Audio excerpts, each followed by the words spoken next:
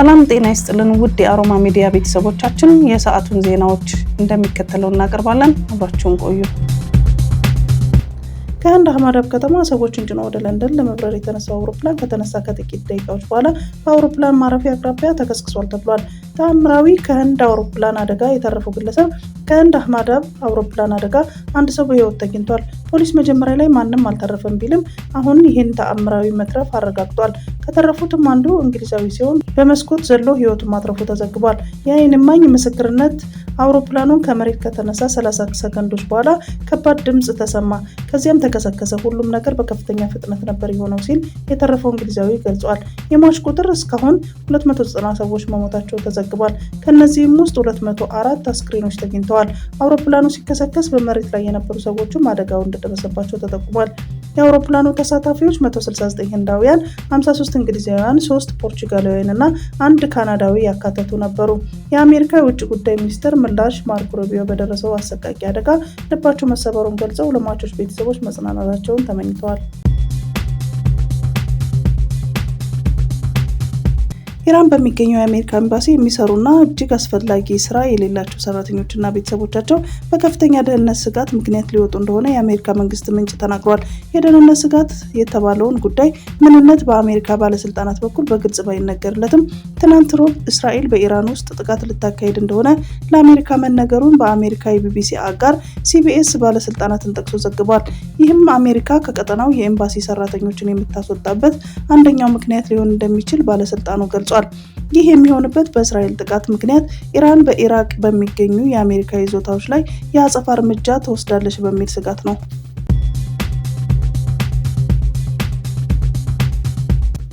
እስራኤል በኢራን የኒውክሌር መርሃ ግብር ላይ ጥቃት መፈጸሟን ገለጸች። ፍንዳታዎችን በመላ ሀገሪቱ ተሰምተዋል። ዩናይትድ ስቴትስ በዚህ ዘመቻ ውስጥ እጇ እንደሌለበት እንዲሁም በመረጃ ልውውጥም እንዳልተሳተፈች አስታውቃለች። ማምሻውን የአሜሪካ ውጭ ጉዳይ ሚኒስትር ማርኮ ሩቢዮ በሰጡት መግለጫ እስራኤል በኢራን ላይ የአንድ ወገን እርምጃ ወስዳለች፣ በኢራን ላይ በሚደረጉ ጥቃቶች ውስጥ አንሳተፍም፣ እኛ ቅድሚያ የምንሰጠው በክልሉ ያሉ የአሜሪካ ወታደሮችን ደህንነት መጠበቅ ነው። እስራኤል ይህንን እርምጃ የምትወስደው ራሷን ለመከላከል አስፈላጊ እንደሆነ ስለምታምን እንደሆነ አሳውቃናለች ብለዋል። ሩቢዮ አክለውም ኢራን የአሜሪካን ፍላጎቶች ወይም ሰራተኞች ላይ ማነጣጠር የለባትም ብለዋል።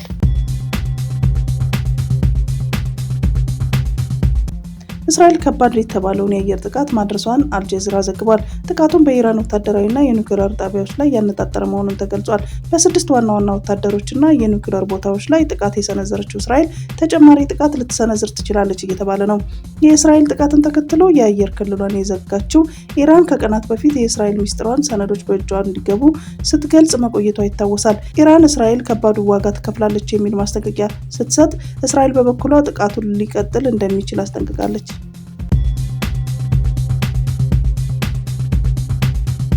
የኬንያ ፕሬዝዳንት ዊሊያም ሩቶ በፖሊስ ቁጥጥር ስር በነበረበት ወቅት ጦማሪና የትምህርት ቤት መምህር አልበርት ኦጁዋንግ ሞትን አውግዘው ምርመራ እንዲካሄድ ትዕዛዝ አስተላልፈዋል። ሩቶ በይፋዊ መግለጫ ለሟች ቤተሰቦች ሐዘናቸውን ገልጸው ድርጊቱ ልብ የሚሰብርና ተቀባይነት የሌለው ነው ሲሉ ገልጸው በጉዳዩ ፈጣን እና ግልጽ እና ታማኝነት ያለው ምርመራ ለማድረግ ቃል ገብተዋል። የ31 ዓመቱ ኦጁዋንግ መምህርና ታዋቂ የኤክስ ማህበራዊ ሚዲያ ተጽዕኖ ፈጣሪ ሲሆን ምክትል ኢንስፔክተር አሊዩድ ኪፕኮክ ላጋንትን በመተቸቱ ቅዳሜ ዕለት በቁጥጥር ስር ውሏል። በተመሳሳይ ቀን ወደ ናይሮቢ ተዛውሮ በማዕከላዊ ፖሊስ ጣቢያ በታሰረበት ህይወቱ አልፏል። የድህረ ሞት ምርመራ ከባድ የአካል ጉዳትና የአንገት አካባቢ መታነቅ አሳይቷል።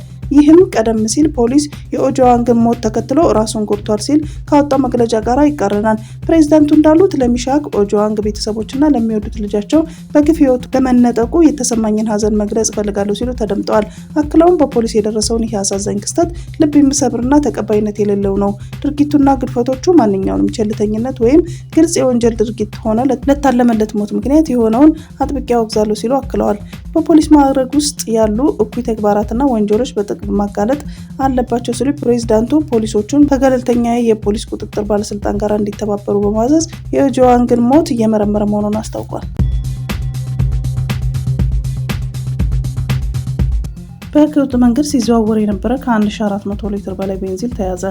በሳውላ ከተማ በህገወጥ መንገድ ሲዘዋወር የነበረ 1400 ሊትር ቤንዚን በቁጥጥር ስር ውሏል። ቤንዚኑ በቁጥጥር ስር የዋለው ከቁጥር 2 ኖክ ማደያ ወደ መሎጋዳ ወረዳ በህገወጥ መንገድ ሲዘዋወር ነው።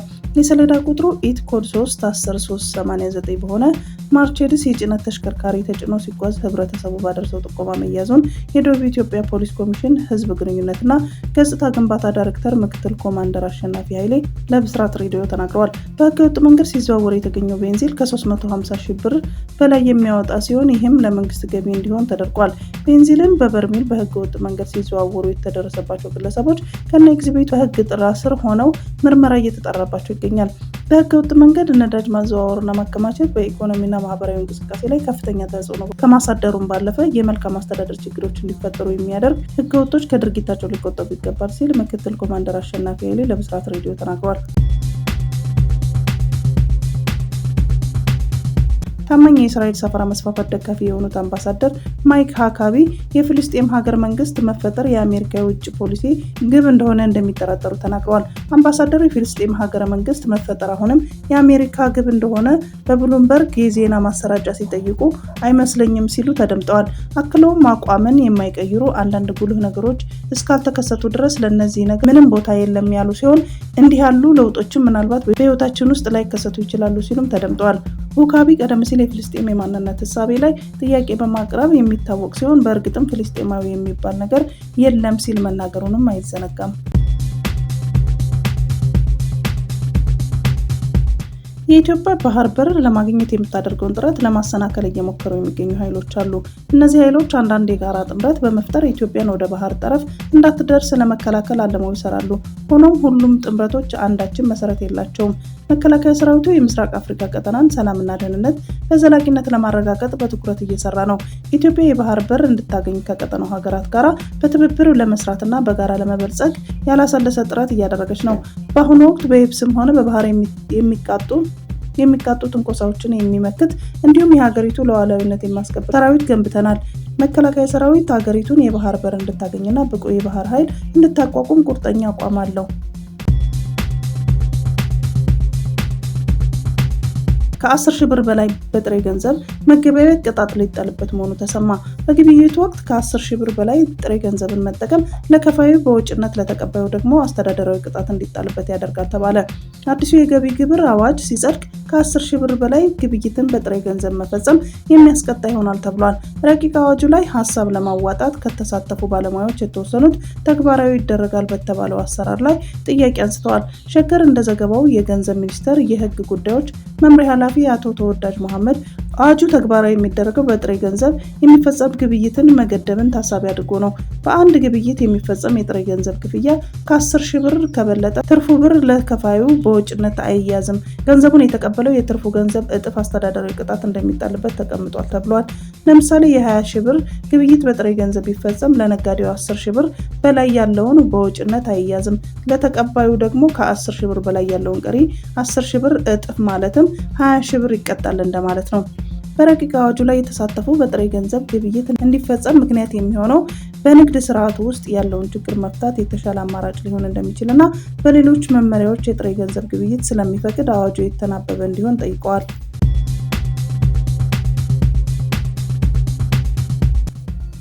የቀድሞ የሲአይኤ ባልደረባ የእስራኤል መረጃን አሳልፎ በመስጠቱ 3 ዓመት እስራት ተፈረደበት። የቀድሞ የሲአይኤ ባልደረባ እስራኤል ኢራን ላይ ለመፈጸም ስላቀደችው ጥቃት የሚገልጽ ሚስጥራዊ ሰነድ አሳልፎ በመስጠቱ የ37 ወራት ተፈርዶበታል። የ34 ዓመቱ አሲፍ ዊሊያም ራህማን በጥር ወር በሁለት ክሶች ጥፋተኛ መሆኑ ተረጋግጧል። ባለስልጣናት እንዳሉት ራህማን በደህንነቱ ተቋማት ውስጥ ያለውን እድል ተጠቅሞ ከፍተኛ ሚስጥራዊ የሆኑ ሰነዶችን አትሞና ፎቶ አንስቶ መላኩን ተናግረዋል። እስራኤል ባለፈው ጥቅምት ወር ቴራ በርካታ ሚሳኤሎችን ወደ እስራኤል ማስወንጨፏን ተከትሎ በኢራን የተለያዩ ግዛቶች የሚገኙ ወታደራዊ ኢላማዎች ላይ የአየር ድብደባ ፈጽማለች። የብሔራዊ ደህንነት ዋና አቃቤ ሕግ ረዳት ጆን አይዘንበርግ በሰጡት ጋዜጣዊ መግለጫ ላይ ይህ ተከሳሽ ለወራት የአሜሪካን ሕዝብ እና ሲከተል የገባውን ቃለ መሃላ ክዶ አገራችን በቅርበት የያዘችውን ሚስጥሮችን አሳልፎ ሰጥቷል ብሏል። በጥቅምት ወር 2024 ከመከላከያ ኤጀንሲ የወጡ የሚመስሉ ሰነዶች ከኢራን ጋር ግንኙነት ባለው የቴሌግራም ገጽ ላይ ታትመዋል። ሰነዶቹ ጥብቅ ሚስጥር የሚል ምልክት የሰፈረባቸው ሲሆን በአሜሪካ፣ ብሪታንያ፣ ካናዳ፣ ኒውዚላንድ እና አውስትራሊያ የስለላ ቡድኖች ተመልክተዋቸዋል። ሾልከው የወጡ ሰነዶች አሜሪካ በኢራን ላይ ከምትፈጽመው ጥቃት በፊት እና ወታደራዊ መሳሪያዎችን እንቅስቃሴ ላይ የእስራኤልን እቅድ በተመለከተ የወሰደችው ግምገማ አካቷል ተብሏል። አንደኛው ሰነድ የእስራኤልን የኒውክሌር አቅምን የሚያመላክት ሲሆን ይህም በይፋ እስካሁን ድረስ እውቅና አግኝቶ አያውቅም። የቀድሞ ፕሬዚዳንት ጆን ባይደን ስለ ሾለከው ሰነድ ተጠይቀው በጣም አሳስቦኛል ማለታቸው ይታወሳል። ከሳምንት በፊት በቴህራን ለተተኮሱ ሚሳኤሎች ምላሽ ለመስጠት እስራኤል የአየር ጥቃቶች በጥቅምት ወር መገባደጃ ላይ በርካታ የኢራን ግዛቶች ላይ በሚገኙ ወታደራዊ ሰፈሮችን ኢላማ አድርጋ ደብድባለች። በውጭ ሀገር ይሰራ የነበረው ራህማን በካምቦዲያ በኤፍቢአይ ተይዞ ክስ ለመመስረት ወደ አሜሪካ ግዛት ጓም ተወስዷል። ቻይና የአፍሪካ ሀገራት ምርቶች ወደ ሀገሯ ከታሪፍ ነፃ እንዲገቡ ልታደርግ ነው። ቻይና የዲፕሎማሲያዊ ግንኙነት ካላት ከ53 የአፍሪካ ሀገራት ከምታስገባቸው ምርቶች ላይ የተጣሉ ታሪፎችን ለማንሳት ዝግጁ መሆኗን አስታውቃለች። ቻይና ይህንን ውሳኔዋን ያስታወቀችው የአፍሪካ ሀገራት ወደ አሜሪካ በሚልኳቸው ምርቶች ላይ የታሪፍ ጭማሪ ሊያጋጥማቸው ይችላል በተባለበት ወቅት በተካሄደው የቻይና አፍሪካ ስብሰባ ላይ ነው። ላለፉት 15 ዓመታት ቻይና እና የአፍሪካ ሀገራት ከፍተኛውን የንግድ አጋር ስትሆን አፍሪካ ወደ ቻይና ከ170 ሚሊዮን ዶላር የሚያወጡ ምርቶችን ልካለች። ይህ የቻይና ውሳኔ የተገለጸበት ከአህጉሪቱና በቻይና ሚኒስትሮች መካከል የተካሄደው ጉባኤ ባወጣው የጋራ መግለጫ ላይ አንዳንድ ሀገራት የተናጠል ታሪፍ በመጣል ያለውን የዓለም አቀፍ ንግድና ምጣኔ ሀብት ስርዓት ለማደናቀፍ እየሞከሩ ነው ብለዋል። በተጨማሪም አሜሪካ የንግድ አለመግባባቶችን እኩልነት፣ መከባበርና የጋራ ጥቅምን መሰረት ባደረገ ሁኔታ እንድትፈታ ጥሪ አቅርበዋል። ቻይና የአፍሪካ ምርቶችን ከቀረጥ ነፃ የሆነ እድል ሰጥታ ተግባራዊ ሲሆን ባለፈው ዓመት አገሪቱ በእድገት ወደኋላ የቀሩ በሚል ለይታ የታሪፍ ቅናሽ ካደረገችላቸው 33 የአፍሪካ ሀገራት ውሳኔ ጋር የሚያያዝ ነው። የአሁኑ የቻይና ውሳኔ በአፍሪካ ውስጥ ዋነኛው የንግድ አጋሯ የሆኑትን ደቡብ አፍሪካና ናይጄሪያ የሚጨምር ይሆናል። ይህ ወደ ቻይና የሚገቡ የአፍሪካ ሀገራት ምርቶችን ከታሪፍ ነፃ የሚያደርገውን እርምጃ መቼ እንደሚጀምር እየተባለ ነገር የለም። ከዚህ የታሪፍ ተጠቃሚነት የተገለለች ብቸኛዋ የአፍሪካ ሀገር ኢስዋቲኒ ስትሆን ምክንያቱም ቻይናና የግዛቷ አካል አድርጋ የምትቆጥራትን ታይዋንን እንደ ነፃ ሀገርነት እውቅና በመስጠቷ ነው። በአሁኑ ጊዜ ቻይና ከፍተኛ መጠን ያላቸውን ጥሬ ዕቃዎች ከአፍሪካ ታስገባለች። በተለይም ደግሞ ከዲሞክራቲክ ሪፐብሊክ ኮንጎና ከጊኒ የምታስገባቸውን ተጠቃሽ ናቸው። የቻይና ተፎካካሪ የሆነችው አሜሪካ ባለፈው ሚያዝያ የአፍሪካ ሀገራትን ጨምሮ በበርካታ ሀገራት ላይ የታሪፍ ጭማሪ አድርጋለች። ከነዚህ መካከል ሌሴቶ፣ ደቡብ አፍሪካና ናይጄሪያን ጨምሮ በርካታ ሀገራት ከፍተኛ ታሪፍ ተጥሎባቸዋል። ይህ የአሜሪካ ታሪፍ ጭማሪ እስከ ሐምሌ ወር ድረስ ተግባራዊ አይሆንም። ነገር ግን ከአሜሪካ ጋር በቀና ልቦና ድርድር ለሚያደርጉ ሀገራት ተግባራዊነቱ ሊዘገይ እንደሚችል የንግድ ሚኒስትሩ ስኮት ቤሴንት ተናግረዋል። ባለፈው የአውሮፓውያን ዓመት በአሜሪካ 39.5 ቢሊዮን ዶላር የሚያወጡ ምርቶችን ከአፍሪካ አስገብታለች። የተወሰኑት ምርቶች አሜሪካ ለአፍሪካ ሀገራት በፈቀደችው አጎዋ በተባለው ነፃ የንግድ ዝውውር መንገድ ከታሪፍና ቀረጥ ነፃ እየገቡ ናቸው።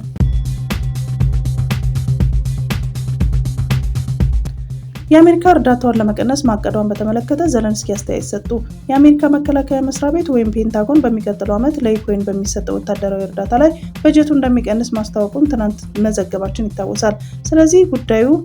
ስለዚህ ጉዳይ የዩክሬንን ፕሬዝዳንት ዘለንስኪ ዛሬ ተጠይቀው መልስ ሰጥተዋል። ፕሬዝዳንት ዘለንስኪ በመልሳቸው በእርግጥም የአሜሪካ እርዳታ መቀነሱን ዩክሬንን የሚሰማትም ቢሆን የሚያሳስበኝ ግን ሌላ ነገር ነው ብለዋል። አሜሪካ ለዩክሬን የምታቀርበው ወታደራዊ እርዳታውን ብታቋርጥም በተለይ የአውሮፕላን ደህንነት ስጋት ውስጥ እንደሚወድቅ አስረድተዋል። አውሮፓም ብቻ ሳይሆን ማንኛውም የሀገር ደህንነቱን ስጋት ውስጥ ይገባል ሲሉ ያሳሰቡት ዘለንስኪ ይህንን ስጋት የሁሉም የዓለማችን ሀገራት እንደሚሆን ጠቅሰው በተለይም አውሮፓ ግን የበለጠ አደጋ ውስጥ እንደምትገባ አስጠንቅቀዋል። ፕሬዝዳንቱን ጨምረው በአሁኑ ወቅት ከአሜሪካ የሚቀርብላቸውን እርዳታ ያለምንም መዘግየት በአግባቡ እየደረሳቸው መሆኑን ገልጸው አዲስ ቃል የተገባ ነገር ግን እንደሌለ አስረድተዋል። የኦነግ ጦርና ፋኖ ያቀረቡትን ቅድመ ሁኔታዎች ተመልክቻቸዋለሁ ሲሉ የአሜሪካው አምባሳደር ተናገሩ። በኢትዮጵያ የአሜሪካ አምባሳደር የሆኑት ሀርቢን ማሲንጊጋራ ዛሬ በአዲስ አበባ ጋዜጣዊ መግለጫ ሰጥተዋል። በመግለጫው ላይ ከቀረቡላቸው ጥያቄዎች መካከል በቅርቡ ጽፈው ከደቂቃዎች በኋላ ያጠፉትን መልእክት የተመለከተው ይገኝበታል። በመልእክታቸውም በመጀመሪያ መንግስት በራሱ ዜጎች ላይ የሚፈጽመውን የድሮን ጥቃት ያቁም ብለው የነበረ ሲሆን ከደቂቃዎች በኋላ ግን ይህንን አጥፍተው በሌላ መተካታቸው ይታወሳል። አምባሳደሩ ለጥያቄያቸው መልስ ሲሰጡ ስህተት ነው፣ ከስህተት ውጭ ሌላ ምንም ሊሆን አይችልም። በመጀመሪያ ያረቀቅነው መልእክት ኔሳ ላይ በአስተዳደራዊ ስህተት እንዳለ ወጥቷል በማለት ገልጸዋል። አምባሳደሩን ጨምረው በዚህ መልእክታቸው ለኦነግ ጦርና ለፋኖ ያቀረቡትን ጥሪ ተከትሎ ከተወሰኑ የኦነግ ጦርና ከተወሰኑ የፋኖ አባላት የተሰጠውን መልስ አይቻለሁ። በእርግጥም ረዘም ያሉ ቅድመ ሁኔታዎችን የዘረዘሩ ቢሆንም እኔ እንደ ጥሩ ነገር ነው የማየው በማለት አስረድተዋል።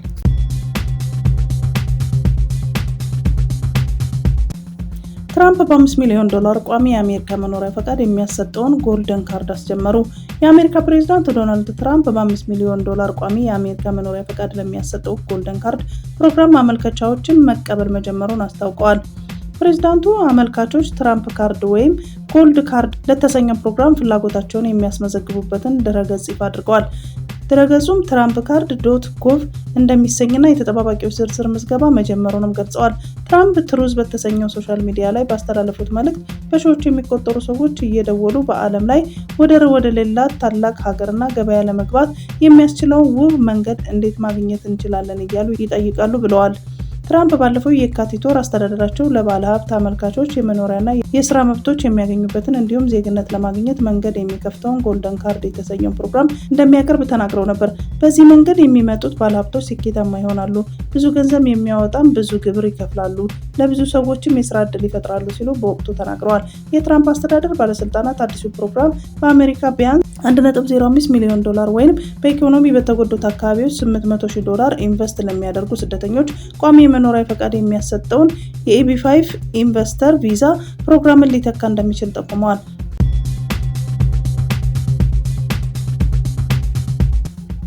ሩሲያ ላይ እንዲጣል የታሰበው ማዕቀብ የሰላም ጥረቱን ሊጎዳ እንደሚችል ተገለጸ። ለአሜሪካ ኮንግረስ የቀረበው የማዕቀብ ረቂቅ በሞስኮና በኪየቭ መካከል የሚደረገውን የሰላም ጥረት ሊጎዳ የሚችል እርምጃ እንደሆነ አሜሪካ ገንዘብ ሚኒስትር ስኮት ቤሴንት ተናግረዋል።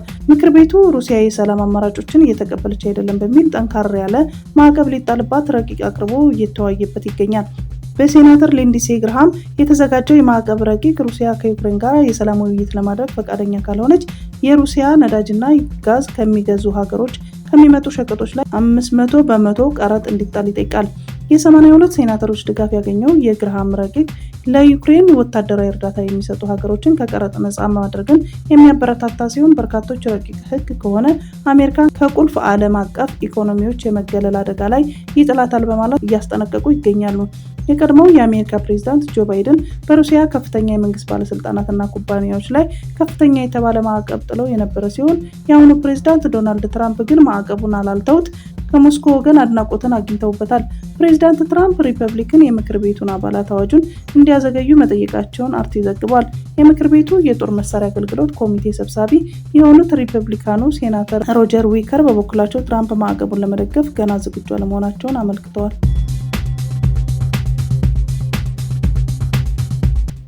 አሜሪካ በኢራን የሚገኙ ዲፕሎማቶቿ ልታስወጣ ነው። ከኢራን ጋር በተፈጠረ ስጋት ምክንያት አሜሪካ ኢራቅ በሚገኘው ኤምባሲዋ የሚሰሩ ሰራተኞችና ቤተሰቦቻቸውን በደህንነት ስጋት ምክንያት በከፊል ልታስወጣ መሆኑን ተነግሯል። የደህንነት ስጋት የተባለው ጉዳይ ምንነት በአሜሪካ ባለስልጣናት በኩል በግልጽ ባይነገርም እስራኤል በኢራን ውስጥ ጥቃት ልታካሄድ እንደሆነ ለአሜሪካ መነገሩ ተሰምቷል። ሰራተኞቹ እንዲወጡ የሚደረገው በእስራኤል ጥቃት ምክንያት ኢራን በኢራቅ በሚገኙ የአሜሪካ ይዞታዎች ላይ የአጸፋ እርምጃ ትወስዳለች በሚል ስጋት ነው። የአሜሪካ ፕሬዝዳንት ዶናልድ ትራምፕ የኤምባሲው ሰራተኞች በዚያ መቆየታቸው አደገኛ ሊሆን ይችላል፣ ምን እንደሚፈጠር አብረን እናያለን ያሉ ሲሆን ኢራን የኒውክሌር መሳሪያ እንድታበለጽግ እንደማይፈልጉና እንደማይፈቅዱም ተናግረዋል። ትራምፕ በዚህ ሳምንት መጀመሪያ ላይ ከእስራኤሉ ጠቅላይ ሚኒስትር ቤንያሚን ኔታንያሁ ጋር ለ40 ደቂቃ የዘለቀ የስልክ ቆይታ አድርገው ነበር። በዚህ የስልክ ቆይታ ኔታንያሁ ከዲፕሎማሲያዊ አማራጭ ይልቅ ወታደራዊ እርምጃ አስፈላጊ እንደሆነ አጥብቀው ተከራክረዋል ተብሏል። ኢራን ዩራኒየምን የምታበለጽቀው ለኃይል ምንጭ አገልግሎት እንጂ አቶሚክ ቦምብን ለመስራት እንዳልሆነ ብትናገርም የኒውክሌር ስምምነቱ ቢከሽፍና ትራምፕ ወታደራዊ እርምጃ ኢራን ላይ የሚያዙ ከሆነ በቀጠናው በሚገኙ የአሜሪካ ወታደራዊ ሰፈሮች ላይ የአጸፋ እርምጃ እንደምትወስድ አስታውቃለች። በመካከለኛው ምስራቅ የአሜሪካ ልዩ መልእክተኛ የሆኑት ስቲቭ ዊትኮፍ በመጪው ቅዳሜ ከኢራን ባለስልጣናት ጋር ለመነጋገር ቀጠሮ እንደያዙ ተሰምቷል ሲል ቢቢሲ ዘግቧል።